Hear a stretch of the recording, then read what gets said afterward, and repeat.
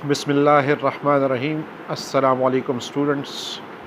Hope you are doing well and hoping that you are understanding the lessons. We are going to continue the parts of speech. Right now we are doing pronouns, and today we will be discussing two new types with the same SLOs that we are continuing so far. So the first one is very easy. The two SLOs are simple: knowledge regarding pronouns and its types. Today the two types that we are going to discuss are indefinite pronouns and relative pronouns. We are going to understand its usage with respect to other parts of speech, as pronouns are related to nouns or noun phrases. So noun is the main concern, but there are certain deviations that we need to keep in mind. So starting with indefinite pronoun. An indefinite pronoun is a pronoun that refers to a person or a thing without being specific. Without being specific. This is the important point. We are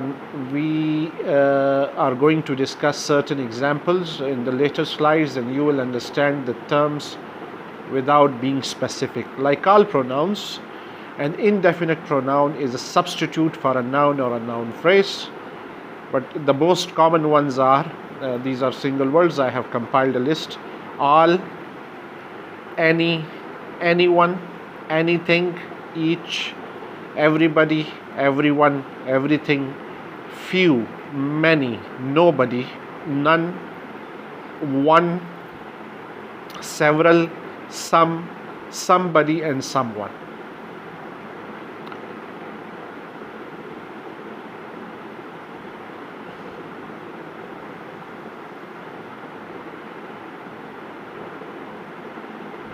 Now this is an infographic in which this child is in the form of a comic strip, is using this comical child is using different indefinite pronouns in her speech. I have eaten everything in my fridge. Now what does she mean by everything? Everything can be anything. Even the word anything is a pronoun. I have nothing for breakfast. I need to find something. Anything would be okay. Now if you read these comic strips, everything, nothing, something, and anything are indefinite pronouns. So she's not specific. What does she mean? What is she pointing to? So in the fridge it can be anything. It can be bread, it can be eggs, it can be meat, it can be chicken, whatever the food items that we use on a daily basis. And nothing does not specify anything. What does she mean by nothing? What does she like for breakfast? It does not specify anything. So similar cases with the next two sentences.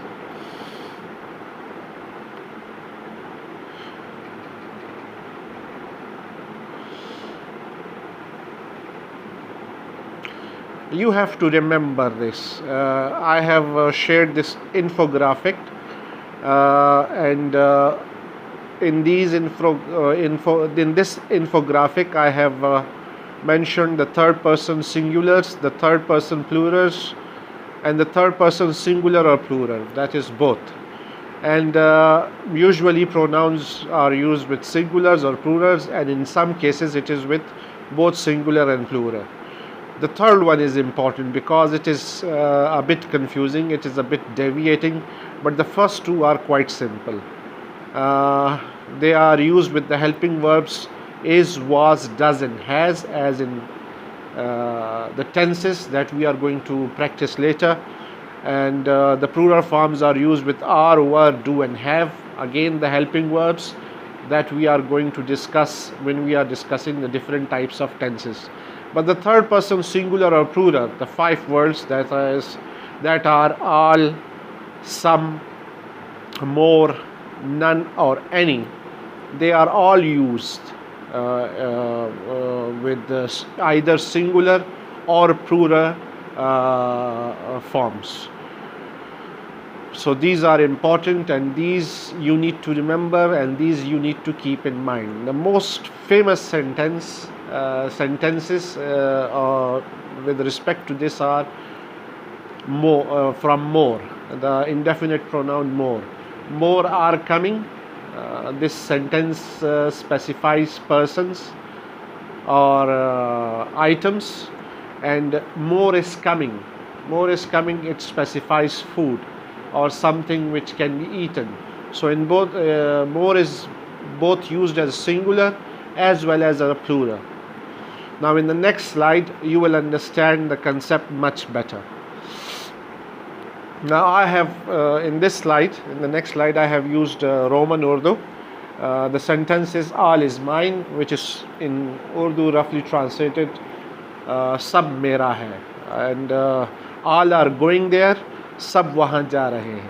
So if you look at the word all, this is an indefinite pronoun, but the helping verb is symbolizes singular, and the helping verb are symbolizes plural.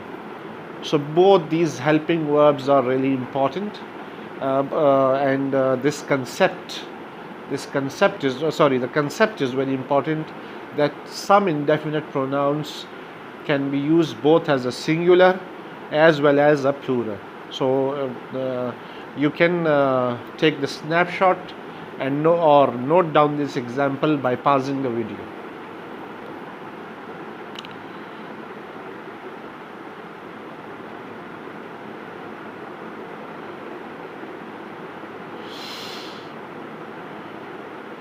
In the next slide, I have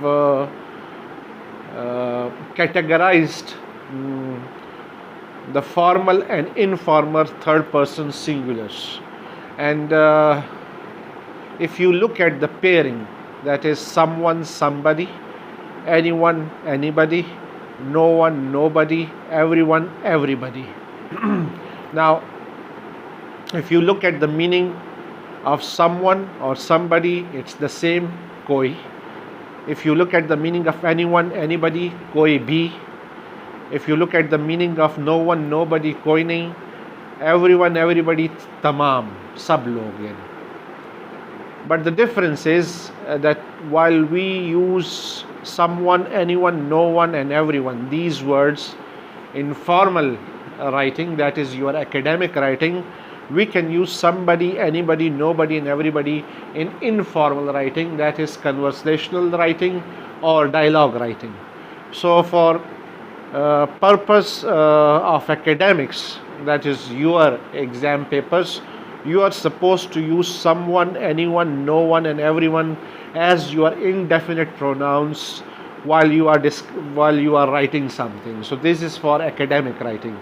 But somebody, anybody, nobody, everybody, you can only use it in your dialogues, where you can use to certain extent a little informality. Apart from that, you are supposed to use the formal someone, anyone, no one and everyone.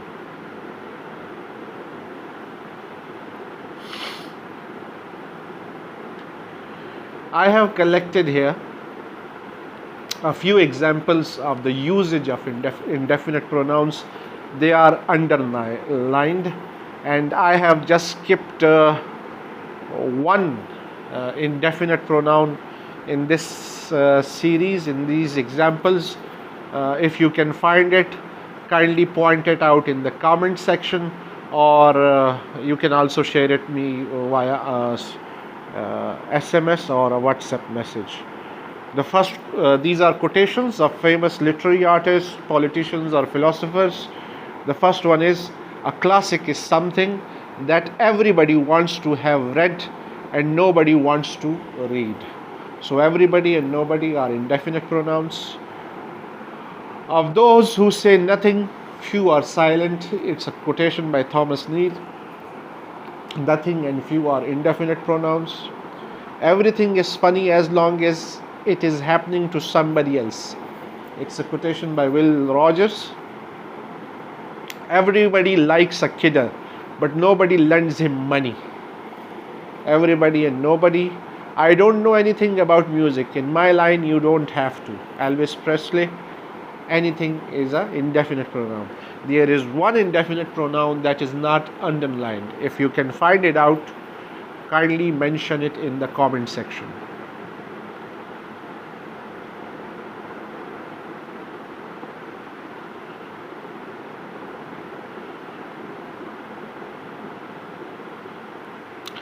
The next slide is very important, and that you need to remember.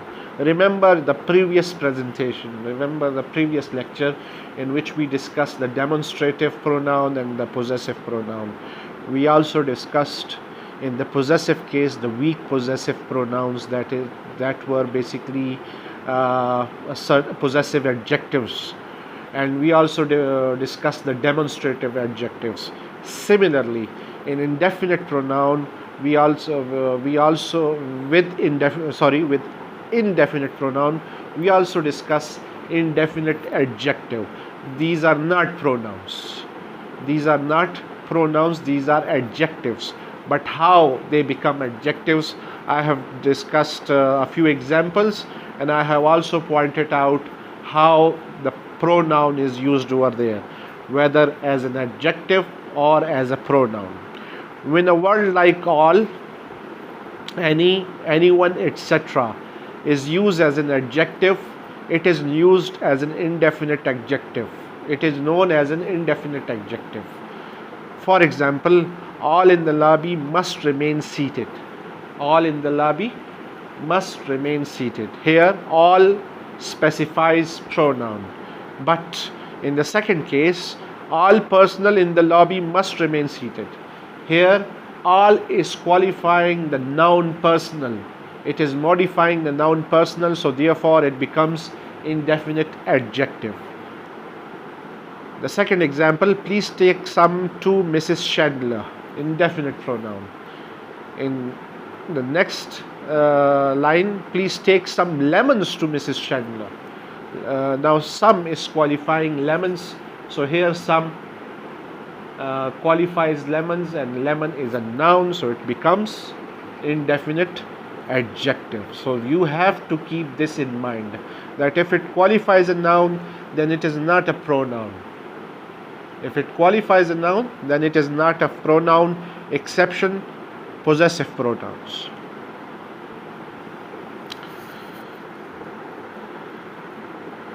Now we are going to start the next pronoun, that is the relative pronoun. We are over with indefinite pronoun. If you have any questions regarding that section, you can ask me later. But now we are going to discuss another type, that is the relative pronoun. A relative pronoun is a pronoun that heads an adjective clause. This is very important. A relative pronoun is a pronoun that heads an adjective clause. The relative pronouns are that, which, who, whom, and whose. The function of a relative pronoun is to head or introduce an adjective clause. This is its function, this is also its definition, and these are the five main relative pronouns. Now, I have shared an infographic with the examples, the definition, and also an example sentence. The dog that ate the cake is looking guilty. Now that is a relative pronoun. Ate the cake, basically with the word, the relative pronoun, that becomes adjective clause as it modifies the noun dog, because it's directed towards the dog. The dog, it is giving information regarding the dog. That's why it becomes the adjective clause, and it is the primary indicator that assists us in finding out the adjective clause is the usage of relative pronoun.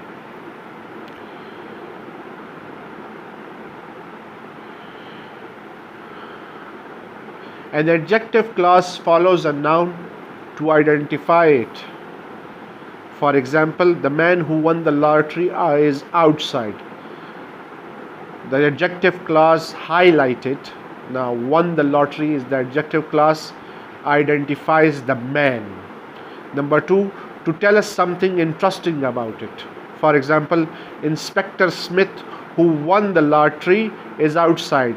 The adjective clause highlighted tells us something interesting about Inspector Smith. Now here I want you to notice something. In the first example, we are not using any commas. In the next example, we are using comma. Now these two examples, leave it here, because in the next slides I will tell you why the usage of comma and why not and why no commas. But you must remember the adjective clause follows a noun in order to either to identify it, that is the first point, or to tell us, to give us additional information or something interesting about it. One is with comma and the other one is without comma.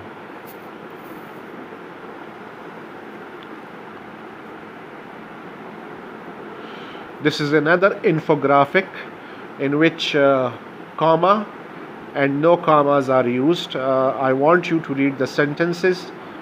The man, now the start with relative pronoun who, the whole line following it becomes the adjective clause. The man who stole your bike has been caught. The man who stole your bike has been caught. Look, no commas. The clause is identifying the man.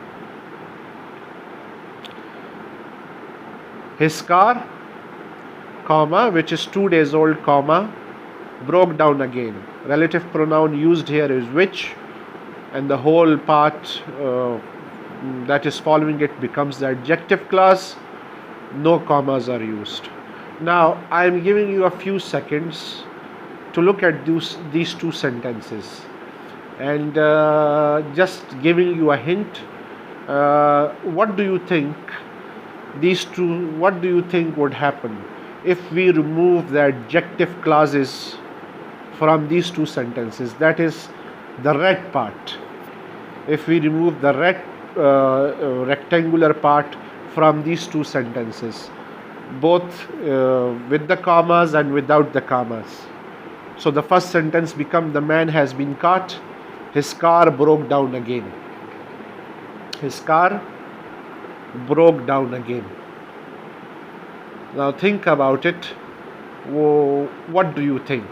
What would happen?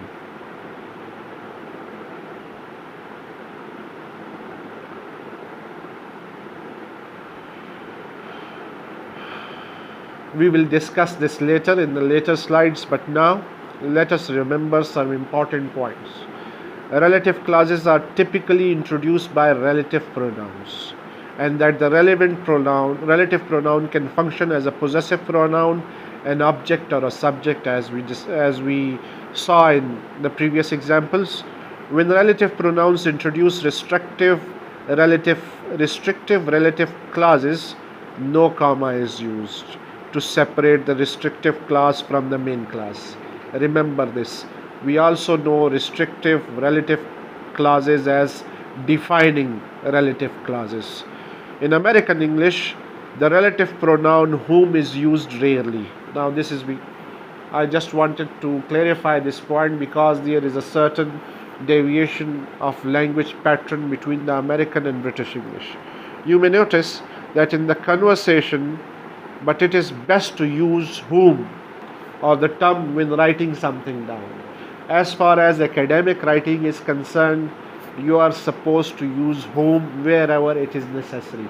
In American English, the word who or whose are usually used.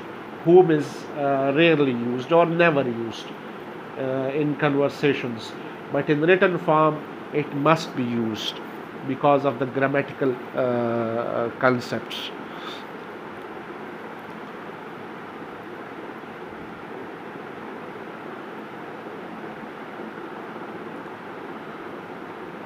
Now this slide is related to restrictive and non-restrictive clauses, which are also known as defining and non-defining clauses. In the infographic, defining non-defining clauses it is mentioned that these terms are more intuitive because defining a noun is a clearer idea than restricting a noun. So what is the purpose of these two classes? How we differentiate between these two classes? Basically, restrictive clauses contrast with non-restrictive clauses. Unlike restrictive clauses, non-restrictive clauses are not essential for meaning.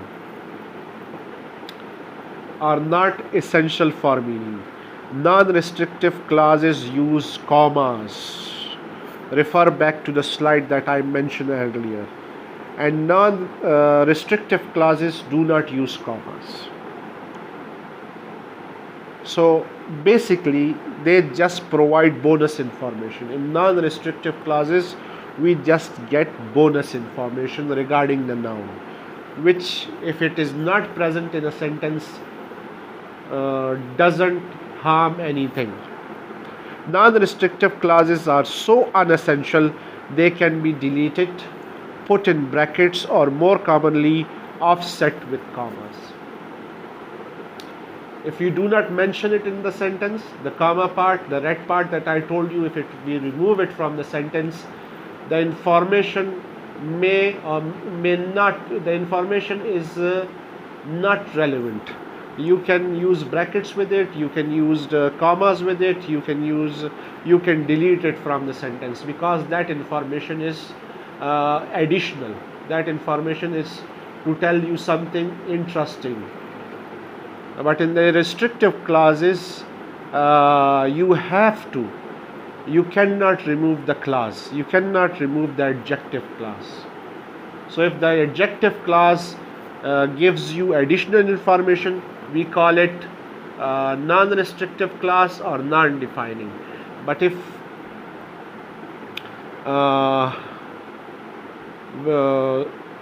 it is giving additional information and it is necessary for the complete information of the noun, then we call it defining clause or